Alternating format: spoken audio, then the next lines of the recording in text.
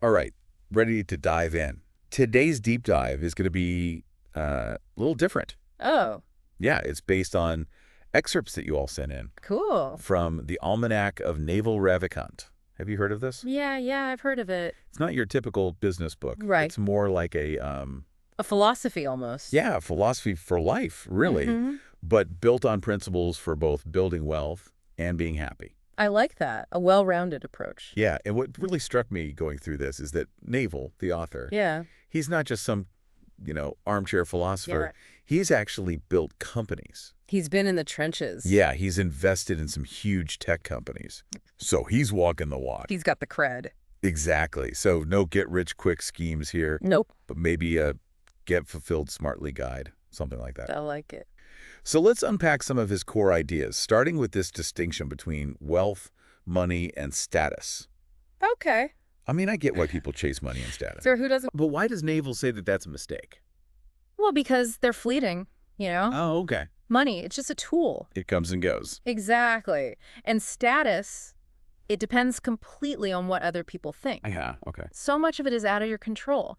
But wealth, the way Naval defines it, is way more powerful, way more lasting. No, so. He talks about assets that earn while you sleep. Okay, so not just a big paycheck then, No, it's bigger than that. but something that's constantly generating value even when you're not actively working on it. Exactly. So like owning a business, rental properties, even like online content that brings in passive income. You got it. It's about building something that works for you, even when you're not actively working on it. Okay, I'm starting to see the appeal of that. Right. But how do we get there? Well, Naval's got kind of like a recipe, I guess you could say. Okay.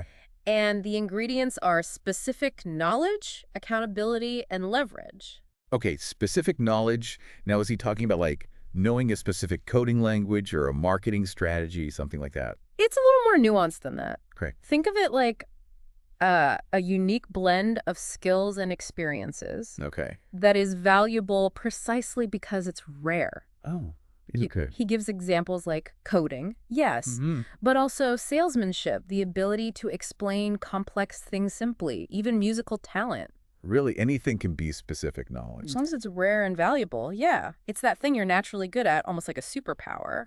So someone listening right now, like step one is figuring out what their superpower is. Exactly. But how do you even begin to identify that? It feels overwhelming. I know, it's a big question. Right. But Naval's big on introspection, Oh, really? really understanding your strengths and passions. What are you naturally drawn to? What do people always compliment you on? What do you get lost in? Where you lose track of time because you're so engrossed. I love that. So finding those things that feel like play to you, Yeah. even if they look like work to other people. Exactly. It's about more than just earning money. Right. It's about aligning your work with your natural talents and inclinations. And then accountability comes in. Yes, absolutely. Like I can be great at something, Right.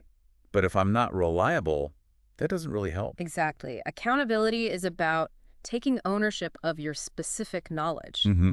letting the world know you're serious. Showing up. Yeah, showing up, it builds credibility, and then that leads to more opportunities and ultimately more leverage. Hold on, leverage. That sounds like the secret sauce. It kind of is. But does he just mean like having people work for you? That's one type, what he calls labor leverage. Right. There's also capital leverage, which is using money to make more money. Okay. Familiar with that one. But here's where it gets really interesting, especially in the internet age. Code and media leverage. Okay, break that down for me. I get that like software can automate tasks. Right. But how does that translate to building wealth? So imagine you create an app or an online course. Okay. Thousands, even millions of people can access it at the same time. Right. That's code and media leverage at work. Ah, I see. You're reaching a massive audience with very little effort on your part. Right. And that scale, that's what can lead to significant wealth creation. Wow. Okay, that really opens up the possibilities. Right. It's not just about trading time for money anymore. No. It's about building systems that work for you 24/7. Exactly. But all this focus on wealth and leverage, I mean, it sounds kind of cutthroat, I hear you. Like, is that what he's advocating for? Not at all. That's where Naval's emphasis on relationships comes in. Okay. He has this great saying, play long-term games with long-term people. Don't like that. It's about building real connections. Not to just like transactional ones. Exactly. He Yeah. even tells this story about an investor who was incredibly generous and supportive, I remember that. even when there was no immediate benefit for him. And it sounds like that kind of long-term thinking really paid off for both of them. So it's almost like a ripple effect. Mm-hmm. When you treat people with respect and integrity, Right. even when there's no immediate deal on the table, Exactly. it comes back to you. In unexpected ways. So it's not just about being like a shrewd negotiator or having a killer instinct. It's about being a decent human being Yeah. and building a network of people that you genuinely trust and respect. Exactly. And you know what?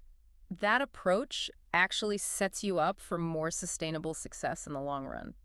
Interesting. So it's almost like a counterintuitive approach. You could say that. Instead of hyper-focusing on the bottom line, Yeah. we're focusing on building something meaningful with people we care about that generates lasting value. Exactly. I love that. And that brings us to a key question. How does all this tie into finding work that doesn't feel like a soul-crushing grind? It's a good question. Because building wealth is great. Of course. But what about finding real fulfillment? Yeah, that's where we get to the good stuff. Okay, let's dive into that next. It sounds like Naval has some really unique insights on that too. He does. He does. All right, so we talked about building wealth, but in a way that's, smart and ethical. Right, right. But let's get to the heart of it, How does Naval approach happiness? Yeah. Because it's clear from these excerpts that, to him, it's more than just a side effect of success. Absolutely. He sees it as a skill, something you can actually develop and get better at. Okay, so not just luck or circumstance, No. but something we have control over. Yeah, you can train for it, almost like you train for a marathon. Okay, that's pretty empowering. It is. But it also raises the question, Yeah. how?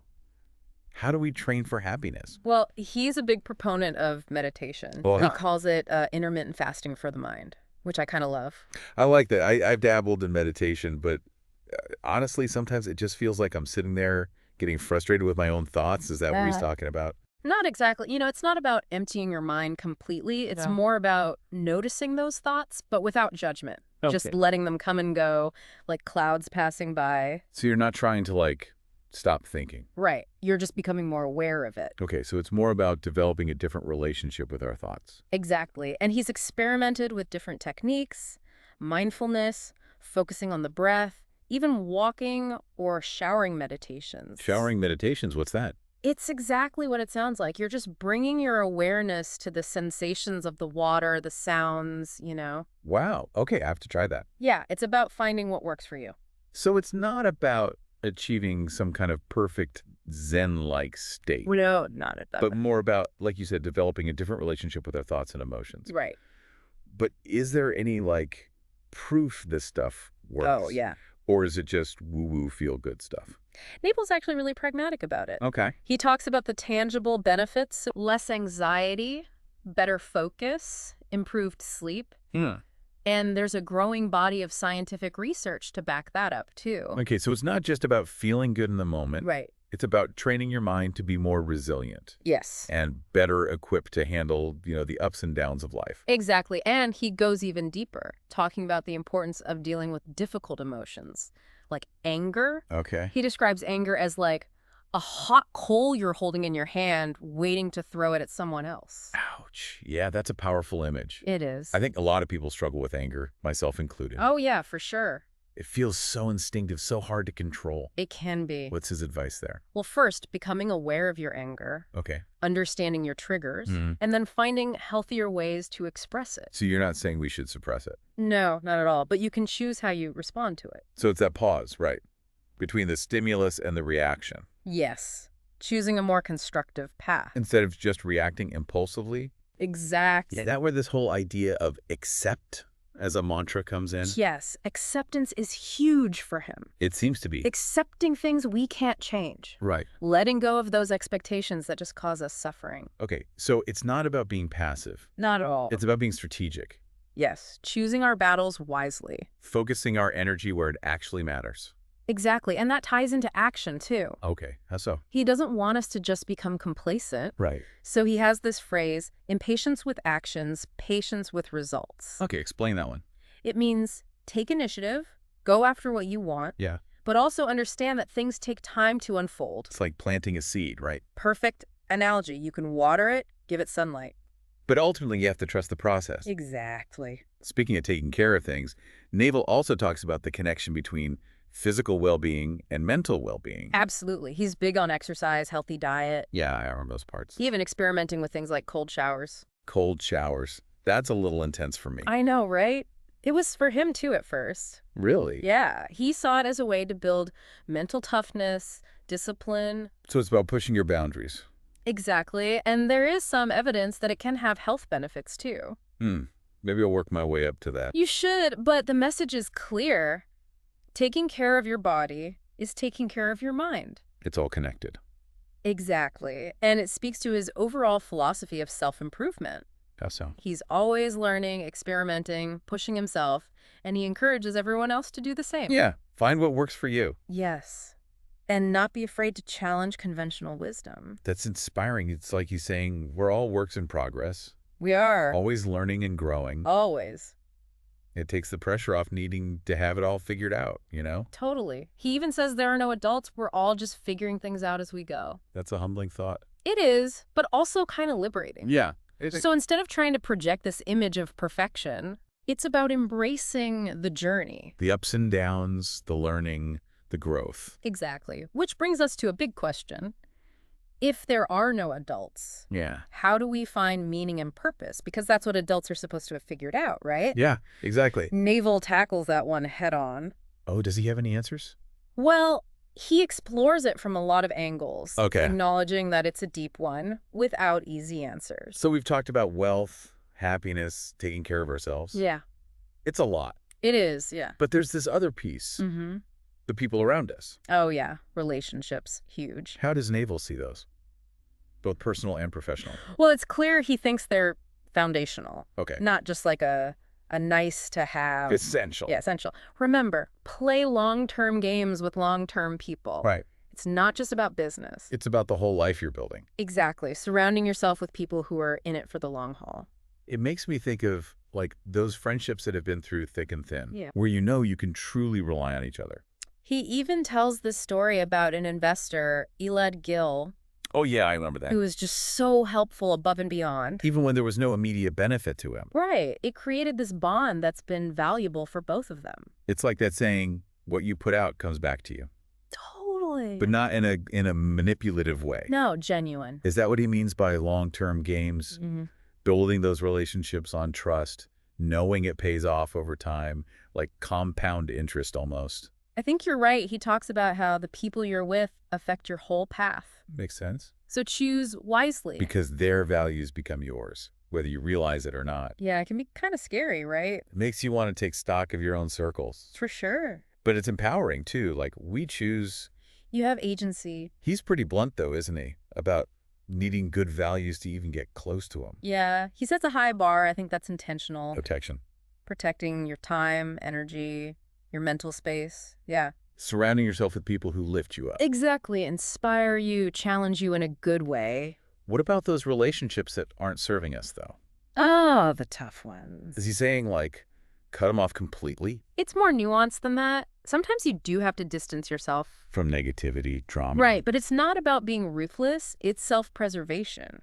So not burning bridges, but being picky about your inner circle. Exactly. Those core values he keeps talking about, though. Yeah.